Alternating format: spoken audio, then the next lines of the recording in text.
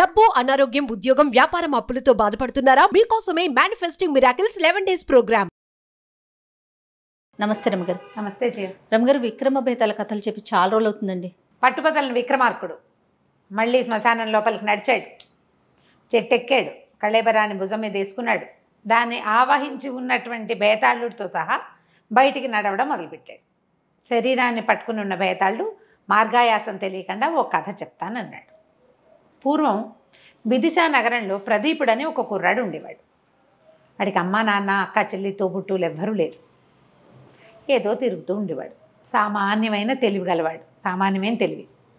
అయితే ఆ ఊళ్ళో విదిశలో ఉన్న కొంతమంది పిల్లలు విద్యాభ్యాసానికి ఒక గురువు గారి దగ్గరికి చేరుతున్నారు. ఆ పిల్లల్ని తీసుకెళ్లే బండివాడు, ఏరా అబ్బి, ఇలా రోడ్ల మీద పడి తిరిగే బదులు వీధుల్లో పడి తిరుగుతున్నావు, మీ గురువుగారి దగ్గరికి పద, ఏవో 2 ముక్కలు నేర్పిస్తారు, అమ్మ నాన్న లేనివాడివి, 2 ముక్కలతో బతుకుదు కానీ అంటే వెళ్ళాడు. వాడు వెళ్ళే నాటికి ఒక 9-10 సంవత్సరాలు ఉంటాయి, 7-8 సంవత్సరాలు, 10 లోపు వెళ్ళి, ఏముంది అప్పుడు బట్టల వాతలు ఏం లేవు, గావంచ ఉంటే చాలు. ఆ గురువుగారు ఇంకో గావంచ ఇచ్చారు. ఇక అక్కడే ఉన్నాడు. వీడిది మామూలు తెలివి. విద్య నేర్చుకుని ఇంటికి వెళ్ళి ఉద్ధరించాలి, మా అమ్మ నాన్నని చూడాలి, అలాంటి పాయింట్లు ఏం లేవు పాపం. వీడి కమిట్మెంట్ లేదు. జనరల్గా ఒక పిల్లల్ని పంపేటప్పుడు అమ్మా నాన్న బుద్ధులు చెప్పి పంపిస్తారు. జాగ్రత్తగా చదవాలి, 10 ఏళ్ల లోపల వచ్చేయాలి, నువ్వు వచ్చి అక్కకి పెళ్లి చేయాలి, చెల్లిని ఉద్ధరించాలి, నాన్నకు అదేదో చేయాలి, సంసారాన్ని ఉద్ధరించాలి, వంశానికి పేరు నిలబెట్టాలి, ఎన్ని చెప్తాం, మనమే చెప్తాం. రోజు బళ్ళ పంపించేటప్పుడు ఒక మాటలు చెప్తూ ఉంటాం అలవాటుగా. వీడికి ఆ చెప్పేవాళ్ళు ఎవరు లేరు. దూకుడుగా చదువుకోవాలని తెలియలా. గురువుగారు కూడా వీడికి తెలివి తక్కువ, వీడికి మీద వాళ్ళ నాన్న వచ్చి అడుగుతాడు, రేపొద్దున బియ్యం పట్టుకొస్తాడు, మినపప్పు పట్టుకొచ్చి అడుగుతాడు, ఇలాంటివి ఏం లేవు కదా. ఉన్న పిల్లలతో పాటు వాడు ఓ ముద్ద తినేవాడు. వాడిని యథాశక్తి పనులకే వాడేవాడు. ఎంత పని చేసేవాడు, ఏదో చెప్పేవాడు, 4 ముక్కలు వచ్చాయి వాడికి. ఒక 19 సంవత్సరాలు 18 సంవత్సరాలు వచ్చి వాడు అటు ఇటుగా అక్కడికి వచ్చి 9-10 ఏళ్ళు అవ్వగానే, అరే నీ చదువు అయిపోయింది, ఇంక వెళ్ళిపోమన్నారు. చదువు, డబ్బు వచ్చేంత చదువు రాలే వాడికి. కొంచెం లోక జ్ఞానం తెలిసింది, కాస్త ఏదో లొక్క కాస్త డొక్కసుద్ది ఉంది అంతే. ఊళ్ళోకి వచ్చేసాడు, విదిశలోకి. వస్తే పెద్దగా ఎవ్వరూ ఆదరించే వాళ్ళు లేరు, వెళ్ళడానికి ఒక గూడు కూడా లేదు. వాడు అనుకున్నాడు, పక్షులకైనా గూళ్ళు ఉన్నాయి, జంతువులకైనా ఓ గుహలో, ఓ బొరియో, ఒక కంతో ఎక్కడికో చోట పోతుంది, అది నాకేది ఏమీ లేదు. ఆ ఊళ్ళోనే తిరుగుతూ ఎక్కడైనా భోజనాలు ఉంటే తిని, ఏ చెట్టు కిందో పడుకుని అలా కాలక్షేపం చేస్తుండేవాడు. క్రమంగా వీడికి ఏమర్థమైందంటే, మనిషికి జీవితానికి ఏం కావాలంటే ఇల్లు, వాకిలి, చెట్టు, పుట్ట అక్కర్లా, మాట్లాడేందుకు ఒక మనిషి కావాలి, మనసులో మాట చెప్పుకుందుకు, అంతేగా అని తెలిసింది, అర్థమైంది. వాడు ఎవరైనా నలుగురు రచ్చబండ దగ్గర ఎవరైనా నలుగురు కూర్చుని తనీడు వాళ్ళలే కనపడితే వెళ్ళి అక్కడ నుంచునేవాడు. వాళ్ళు, ఏమిట్రా నీకు ఇక్కడ పని, మేము ఏదో మాట్లాడుకుంటుంటే పోవనేవాళ్ళు, మాట్లాడిచ్చేవారు కాదు. ఎవరైనా నలుగురు మాట్లాడుతుంటే కూర్చుని వినేవాడు. మధ్యలో మాట్లాడడానికి వాడికి అవకాశం వచ్చేది కాదు. ఎక్కడికి వెళ్ళినా, ఎక్కడన్నా ఏ సభల్లోకో వెళ్తే వినడం తప్పిస్తే మాట్లాడేందుకు అవకాశం లేదు.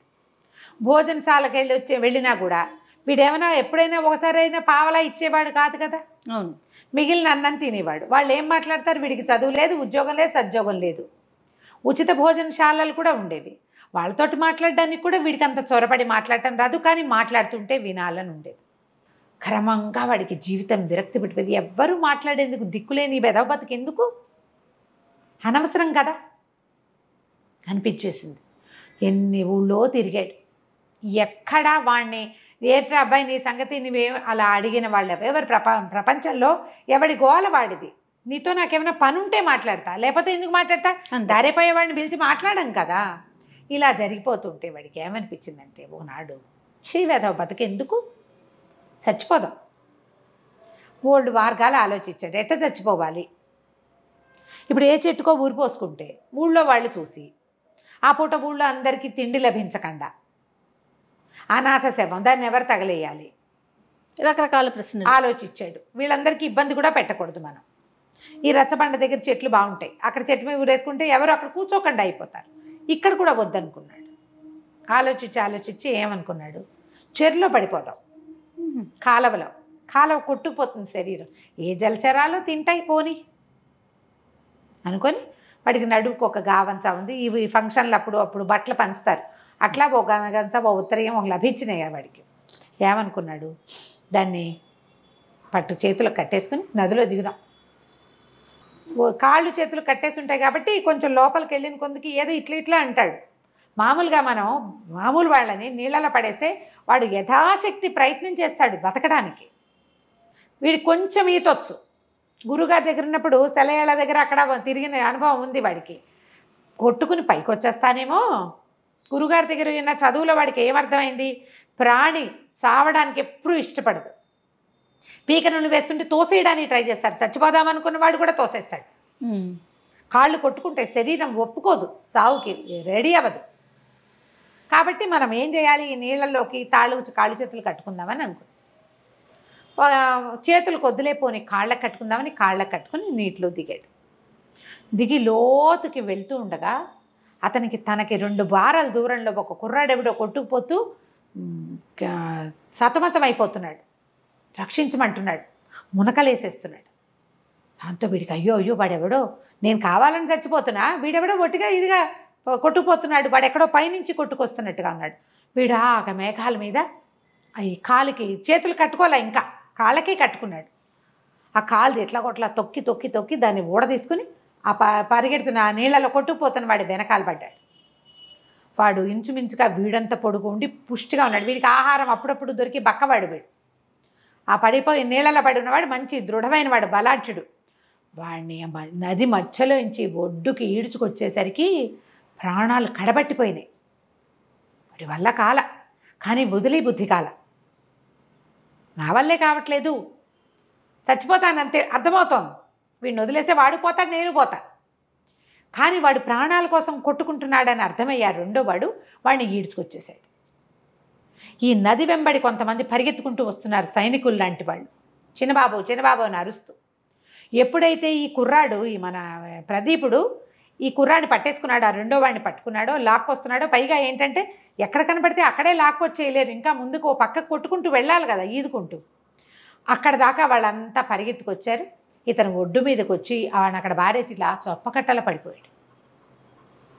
పడిపోయేసరికల్లా వాళ్ళు చిన్నబాబు అని తీసుకొచ్చిన వాడిని వదిలిపెట్టేశారు. ఆ కుర్రాన్ని పట్టుకున్నారు వాళ్ళు. నీళ్లు కక్కిచ్చారు. ఊపిరాడుతోందో లేదో చూస్తున్నారు. ఎవరు వైద్యుని కేకేసుకొస్తానని ఓ 2 పరిగెత్తారు. ఇతను మెల్లిగా ఈ ప్రదీపుడు కాస్త ఓపిక వచ్చాక నిదానంగా లేచి బయలుదేరి వెళ్ళాడు అక్కడి నుంచి. లెక్క ప్రకారం ఏమిటి, అతను చచ్చిపోవాలి, ప్లాన్ అది కదా. కానీ ఇప్పుడు నీళ్ళల్లోకి వెళ్ళబుద్ది కాదు. నిజానికి అంత నీరసం మీద వాడు మళ్ళీ లోపలికి వెళ్తే ఏమిటి, తనకంటే బరువు ఉన్న ఒకడిని నది మధ్యలో ఇంచి లాక్కొచ్చి 10 బారల పైన గ్యాప్ లాక్కొచ్చాడు. ఆ నీరసానికి నదిలోకి వెళ్తే ఈసారి వాడికి ఇదే సత్తు లేదు, గ్యారెంటీగా చచ్చిపోతాడు. కానీ ఏం చేయలే. మెల్లిగా బయటకు వచ్చాడు. కాళ్ళు ఈడ్చుకుంటూ పోయి చెట్టు కింద పడుకున్నాడు. కాస్త ఓపుకొచ్చాక సాయంకాలం అయింది. ఆ దూరంగా ఒక దేవళం ఉంది, దాంట్లో సాయంకాలం గంటలు కొట్టాక ప్రసాదం పెడతారు. వీడు ప్రసాదం కోసం కాళ్ళు ఈడ్చుకుంటూ పోయి ఆ గుళ్ళో బయట కూర్చున్నప్పుడు అతను కనపడ్డారు చాలామంది. సంపన్న గృహస్థు ఒక ఆయన, నేను భార్య, ఒక 14 ఏళ్ల పిల్లవుతి, ఒక 10 ఏళ్ల పిల్లవుతి, ఇంకో 3 ఏళ్ల వాళ్ళు, 5 ఏళ్ల వాళ్ళు, వీళ్ళు కాకుండా పనివాళ్ళు, బుట్టలతోటి పలహారాలు, ప్రసాదం బాగా దొరుకుతుంది, పళ్ళు గిళ్ళు పువ్వులు తెస్తున్నారు. అంతా లోపలికి వెళ్ళారు సందడిగా. వాళ్ళకేసి చూస్తున్నాడు. నాకు ఇలా కుటుంబం లేదే, ఇది వరకు వాడికి చాలా అనిపించేది. ఇప్పుడు వాళ్ళకేసే అలా చూస్తూ ఉండిపోయాడు. వాళ్ళు లోపలికి వెళ్ళారు. లోపల పూజ చేయించారు. పూజ చేయించి మన అర్చకుడు ఉంటాడు కదా, అర్చకుడితో చెప్పాడు, ఇవాళ భగవంతుడి దయ వల్ల మా చిన్నబాబు రక్షించబడ్డాడు. లేకపోతే ఇంకా కాసేపు ప్రవాహం సముద్రం వైపు గనక వెళ్ళిపోయి ఉంటే పిల్లాడు కూడా దొరికేవాడు కాదు. ప్రాణాలు కడపట్టినాయి కానీ ప్రాణాలతోటే దొరికాడు. ఎవడో మహానుభావుడు పిల్లవాడిని సేవ్ చేశాడు. అందుకని ఈ రోజున అబ్బాయి పుట్టినరోజుగా భావించి వాడు బతికొచ్చాడు కాబట్టి ఇదంతా భోగం చేయిస్తున్నాము అని ఎన్నో లడ్లు, ఎన్నో స్వీట్లు, ఎన్ని రకాలు దేవాలయానికి 1 ఎకరం పొలం రాసిస్తున్నానని చెప్పాడు తండ్రి. ఇంతలో పని వాళ్ళు బయటికి లోపలికి తిరిగి ఒకడు పరిగెత్తుకొచ్చి పొద్దున్న చిన్నబాబుని రక్షించిన ఒక అతను కనపడ్డాడు కదా, అలాంటి వాడే ఒకడు వాకిట్లో కూర్చుని ఉన్నాడు. సేమ్ అలాగే పోలికలో కనపడుతున్నాడు. అతను అవునో కాదో తెలియదు. ఆ పెద్ద ఆయన భార్య గబగబా బయటకు వచ్చారు. బాబు ఎవరినైనా నువ్వు పేరేమిటి, నువ్వు ఎక్కడ చదువుకున్నావు, ఎవరి పిల్లవాడివి అని అడిగారు. ఎవరు లేరండి, నేను ఫలానా గురుగారి దగ్గర చదువుకున్నా, నా పేరు ప్రదీపుడు, మాది విదిశానగరం, అంటే చెప్పాడు. బాబు నువ్వు పొద్దున్న ఎవరినైనా రక్షించావంటే అవునండి, నదిలో పిల్లవాడు ఒక కుర్రాడు పడిపోతే నేను పట్టుకున్నాను, కానీ ఆయన వచ్చి కాళ్ళు పట్టుకున్నాడు. ఆయన ఏమగన్నదో నీ వల్ల మా పిల్లవాడు బతికాడు, 25 ఏళ్ళు చేతికి అందొచ్చిన కొడుకు నదిలో గుర్రమించి నదిలో పడిపోయాడు. అతనికి ఈద రాదు. వాళ్ళు వెంటనే గబగబా లడ్డూలు ప్రసాదాలు అన్నీ పెట్టి ఇక ప్రదీపుని తీసుకెళ్ళిపోయాడు. ఇంటికి తీసుకెళ్ళి మా అబ్బాయి చాలా ఏడిచేస్తున్నాడు మధ్యాహ్నం నుంచి, నన్ను బతికిచ్చి వాడు ఎవడో చచ్చిపోయాడేమోనని భయపడుతున్నాడు, నువ్వేమయ్యావో మా పాలేళ్ళేమో పని వాళ్ళు చూడలేదు సైనికులు, మధ్యాహ్నం నుంచి మా అబ్బాయి అన్నం కూడా తింటలేదు, ఏదో కాస్త ద్రవం పుచ్చుకున్నాడు, నన్ను రక్షించిన వాడు బతుకున్నాడో లేదో కనుక్కోండి, లేకపోతే వాడి బతుకు నేను బతకాల్సి వస్తుందని ఏడుస్తున్నాడు అని తీసుకుపోయారు. ఆ అబ్బాయి కావలిచ్చుకున్నాడు, నీ వల్ల నేను బతుకున్నాను అని చెప్పి మాతోటే ఉండు అని ఉంచుకున్నారు. 6 నెలల తర్వాత వాళ్ళ పెద్ద అమ్మాయిని ఇచ్చి పెళ్లి చేశారు. ఆ కుటుంబం ఇతని కుటుంబం అయిపోయింది. ఈ కథ చెప్పాడు భేతాళుడు. చెప్పి రాజా మార్గాయాసం తెలియకుండా కథ విన్నావు కదా, చచ్చిపోదామనుకున్న ప్రదీపుడు ఎందుకు మళ్ళీ రెండో అవకాశాన్ని వినియోగించుకోలేదు? ఆ కుర్రాన్ని తెచ్చి బయటపడేశాడు, మళ్ళీ పోయి నదీ ప్రవేశం చేయొచ్చుగా, పుసుకుని పోయేవాడు అంత నీరసం మీద, ఎందుకు చేయలేదు అంటే రాజు చెప్పాడు, తన జీవితానికి ఏ ఉపయోగము లేదనుకున్నాడు ప్రదీపుడు, కానీ తను ఒక ప్రాణాన్ని రక్షించేసరికల్లా ఎవరినైనా రక్షించడానికి ఏ బంధము అక్కర్లేదు, బతికి ఉండడానికి బంధమే అవసరం లేదని అర్థమైంది. బతుక్కి బంధం ఎందుకు, మనం కల్పించుకుంటాం. ఇప్పుడు వాడెవడని వాళ్ళ అమ్మగన్న కొడుకుని వీడు ఎట్లా రక్షించాడు, తల్లి ఎట్లా ప్రాణం పోసిందో ఇతను అట్లా ప్రాణం పోసాడు కదా, నేను ఇది చేయగలను, ఈ ప్రాణమే గొప్పది అని భావించి ఇక చచ్చిపోకూడదు అని నిర్ణయించుకున్నాడు. అతనికి ఎప్పుడైతే బతుకు మీద తీపొచ్చిందో అతనికి బతుకు దగ్గరకు వచ్చింది. ఆ తర్వాత జమీందారులో లోపల పెద్ద ఉద్యోగంలోనే చక్కగా ఇంటల్లుడుగా హాయిగా స్థిరపడి ఉంటాడు అని చెప్పాడు. ఎప్పుడైతే మౌనభంగం అయ్యిందో భేతాళుడు రైమని ఎగిరిపోయాడు, నువ్వు మౌనభంగం చేసావు కాబట్టి మళ్ళీ కలుద్దామని చెప్పేసి వెళ్ళిపోయాడు. కథ కంచికి మనం ఇంటికి. నమస్తే రమ్మగారు. నమస్తే జయ.